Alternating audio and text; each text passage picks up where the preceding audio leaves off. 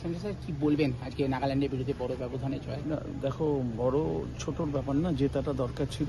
এবং আমরা ছেলেদেরকে বলেছিলাম মার্জিনে জিততে পারে, যেহেতু গ্রুপ লিগের খেলা, কোথায় আটকে যায় গোল অ্যাভারেজের ব্যাপার থাকতে পারে। এবং অক্ষরে অক্ষরে সেটা যে ছেলেরা পালন করতে পেরেছে, এটা আমি ছেলেদের জন্য গর্বিত। এবং আমাদের অনেক দূর যেতে হবে। This is just the beginning, we have to forget.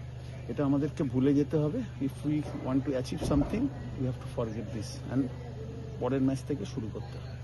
একদিন ব্যবধানে আবার match. Every team has to play, so আমাদেরও we have to adjust anyway. Yes, players will be getting tired, long journey coming and going back, but we have to adjust accordingly. কিছু করার নেই, আমাদের জন্য কেউ সেকেন্ড পেছবে না match, so we have to continue. আর আকিব আর আকাশের আজকে প্রথম গোল বাংলা জার্সিতে। না, এটা তো প্রত্যেকটা যে না ডিফারেন্ট স্কোরার হলে কি হয়, দলের একটা এই হয় যে কারোর ওপর ডিপেন্ড করে থাকতে হয় না। তো এটা একটা ভালো দিক, এবং উত্তম হয়তো হ্যাট্রিক করে ফেলতে পারতো, কিন্তু আনফর্চুনেটলি তার লেগে গেছে, এবং কারণও গোল পেতে পারতো, ব্রিলিয়ান্ট সেভ করেছে। তো আজকে যারা পায়নি, নেক্সট যদি তাদেরা পায়, তাদের আমার দলের পক্ষে ভালো। এবার আকিবের বাংলা, আকিব প্রথম গোল বাংলা জার্সিতে, কি বলবেন?